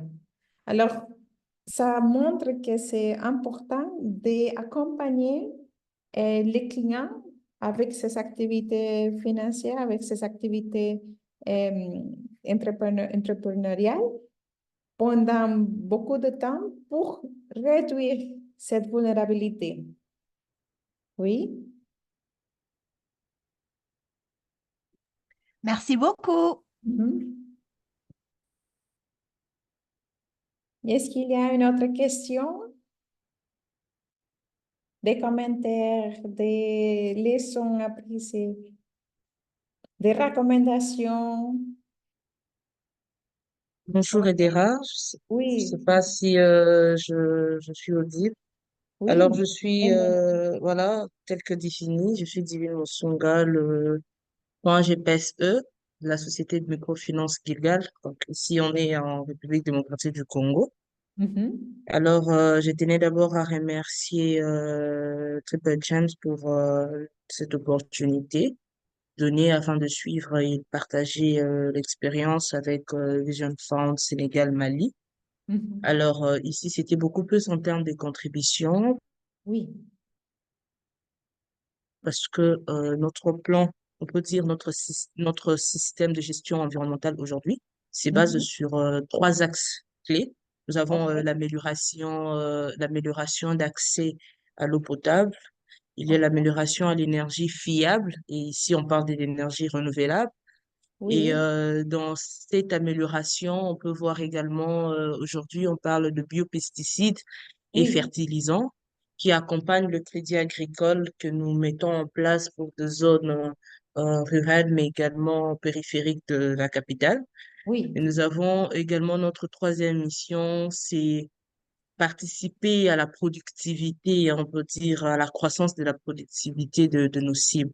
Nous savons Ah, tous ici, étant microfinance, notre cible en premier lieu, c'est cette population issue du système classique, représentant un faible niveau de revenus. Mais mhm. c'était juste en termes de contribution pour Vision Fund Mali et Sénégal, d'associer à l'éducation sociale et de marteler vraiment sur l'éducation financière parce que toutes les deux notions marchent de pair.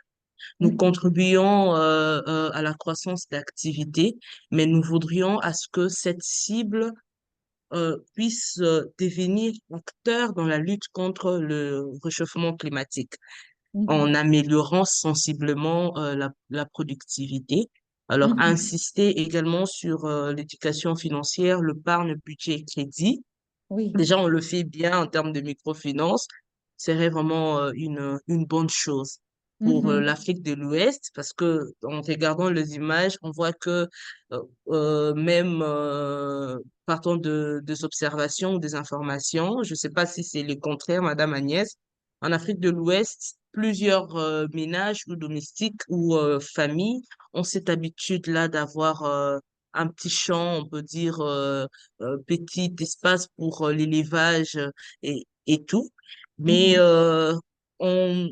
ils arrivent un peu plus à exagérer dans l'agriculture, dans tout, en utilisant le pesticide chimique. Et Oui. nous savons ce que ça fait aujourd'hui. Alors, associer l'éducation sociale et environnementale à l'éducation financière serait une bonne chose. Et si possible, revenir après, il y a des opérations post-décaissement, on peut dire post-financement que nous visons.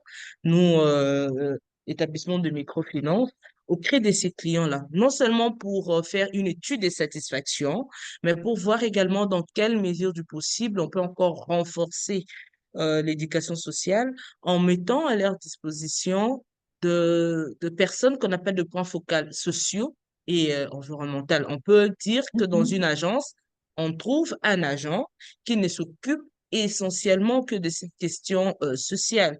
Et Mhm. aujourd'hui, avec Green Index, on a le trois approches et de temps en temps faire une évaluation, on peut dire audit interne et inviter les experts à l'externe. Aujourd'hui, je vois déjà Edera qui est là, que je salue également pour ces audits et ça nous aide à projeter notre vision, mais aussi à voir où on peut arranger en ce qui concerne le développement équilibre entre la croissance financière et sociale.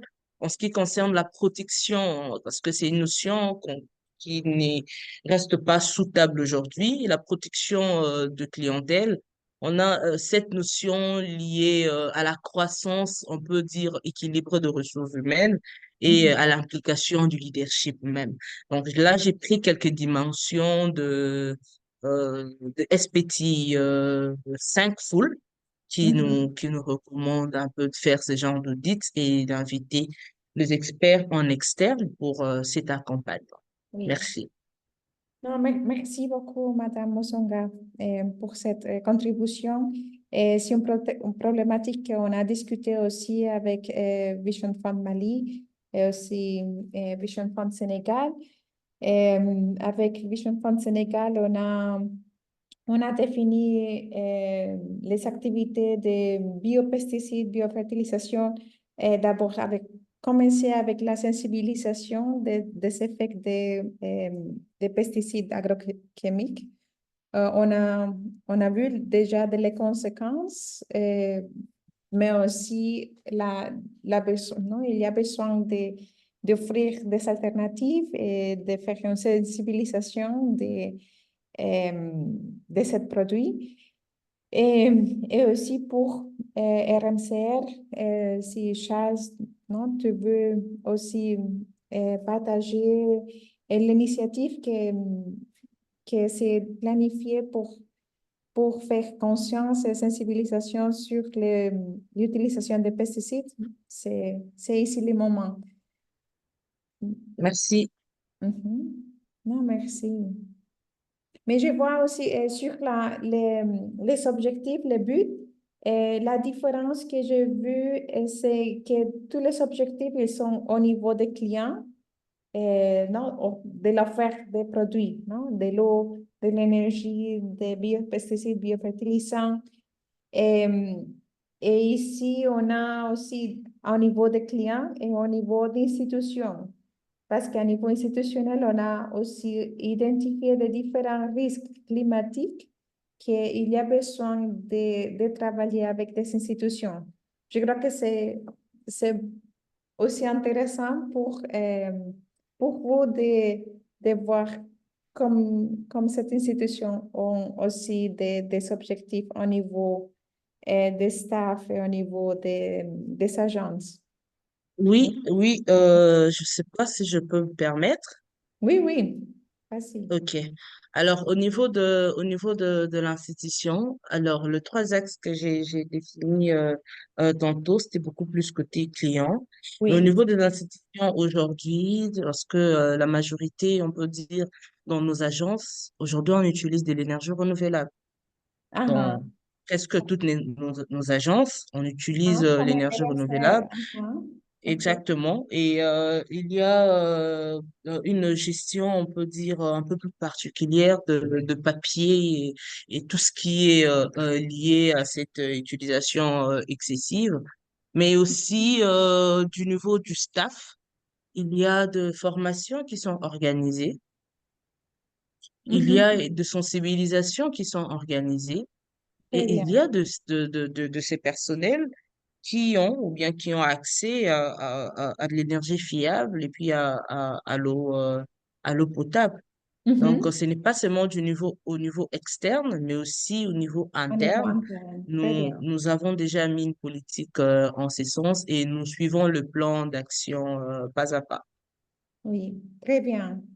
Alors, pendant, si Charles ou Agnès, si vous voulez partager sur la problématique des fertilisants agrochimiques, vas-y.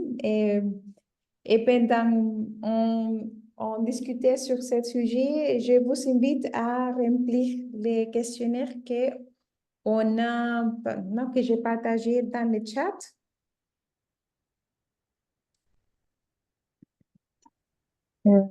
Ok, et choisir la langue française pour remplir le questionnaire. Oui, Agnès.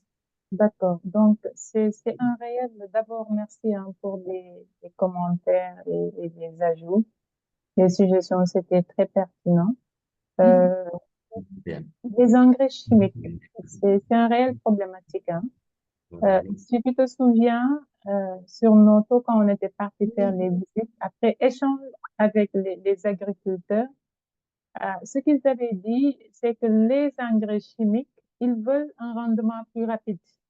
Donc ça, il faudra beaucoup de communication vraiment auprès des clients pour leur faire comprendre l'impact. Parce que pour eux, prendre l'engrais bio-organique, même s'ils savent que c'est mieux pour la nature, eux, ils voient plus le rendement.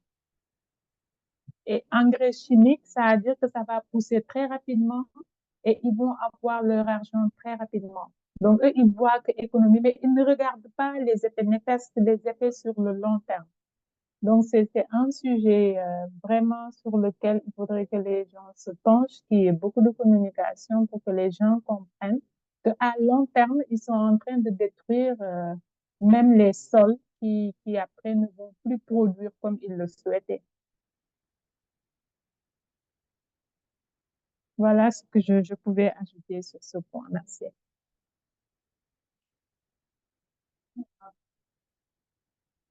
Allô?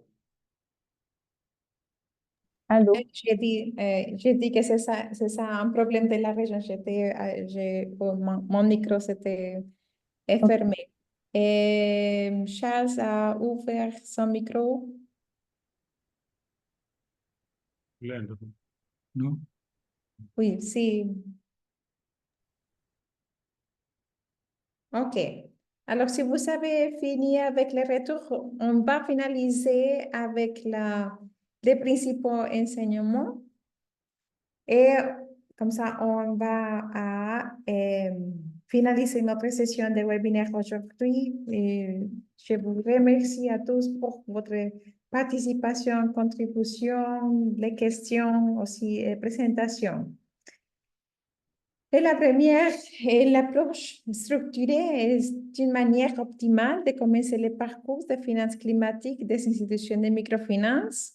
Alors, avoir la structure de ces projets, d'avoir des ateliers d'alignement des objectifs, l'évaluation des performances environnementales pour comprendre la situation d'institution, que c'est comme un audit de les performances environnementale et qu'est-ce que l'institution fait au niveau de stratégie, de gestion des risques, de l'offre. Et c'est important. Après, de continuer avec l'évaluation des risques climatiques, identifier les points à travailler à niveau d'institutions, de portefeuilles et de clients, et finaliser avec le développement d'une stratégie climatique et des institutions, d'organiser toutes ces activités et toutes les actions qui sont liées à les performances environnementales et travailler, synchroniser tous les efforts pour cette stratégie. On a vu que c'est très important de maintenir les données accessibles et utilisables. Vous avez beaucoup de données dans votre institution au niveau des clients, au niveau de la caractéristique de votre portefeuille, votre stratégie et aussi des caractéristiques de votre agence. Et c'est important d'avoir toute cette information organisée et utilisable pour faire cette évaluation et pour améliorer. Et comme on a travaillé avec toutes les deux institutions, impliquer tous les départements d'institutions et la participation de tous, c'est une très bonne méthode pour faire la formation du personnel, pour aligner des objectifs, pour la coordination et aussi pour travailler plus efficient. Et après, les derniers défis, c'est aussi travailler avec des agents de crédit et impliquer aussi, faire des formations, continuer avec des agents de crédit. Et comme ça, avec la stratégie, il n'y a pas de problème après pour l'implémentation ou pour la mettre en œuvre. Et finalement, je vous conseille à tous les acteurs, tous les parties prenantes, et ce qui concerne le financement du climat, les secteurs évoluent rapidement. Il y a toujours de nouveaux cadres de travail, de nouveaux standards, de nouveaux concepts de définition. Et je vous invite à continuer à apprendre et à vous tenir au courant des normes et d'écouter des expériences des autres institutions, de partager votre défi, votre leçon apprise. Et comme ça, être inspiré à continuer à travailler pour faire face à votre risque locaux qui sont risques globaux aussi, mais avec votre activités organisées, systématisées, avec votre besoin identifié et des activités que vous devez faire pour faire face à ce risque, c'est plus facile à vous de croître et aussi de travailler avec des autres parties prenantes, des investisseurs et consultants pour vous aider à votre institution et votre client. Agnès, Charles, Béatrice, si vous avez un autre message, je vous invite maintenant à partager. Sinon, Béatrice. Non, c'est bon. Remercier pour l'excellent webinaire. Remercier à Oxfam, Noviv et aussi à Triple. Non, merci à toi, Béatrice. C'était un plaisir et on est très contente avec cette première session, c'est très riche et aussi plus loin avec la participation de presque tous les registrants. Merci. Merci à Merci, au revoir. beaucoup pour votre participation et aussi pour vos Merci. réponses dans le questionnaire et on va contacter les personnes qui sont intéressées à continuer ce sujet. Merci. Mhm. Ciao. Au revoir. Au Merci. revoir. Merci beaucoup. Au revoir. Au revoir à tous. Ciao. Mm.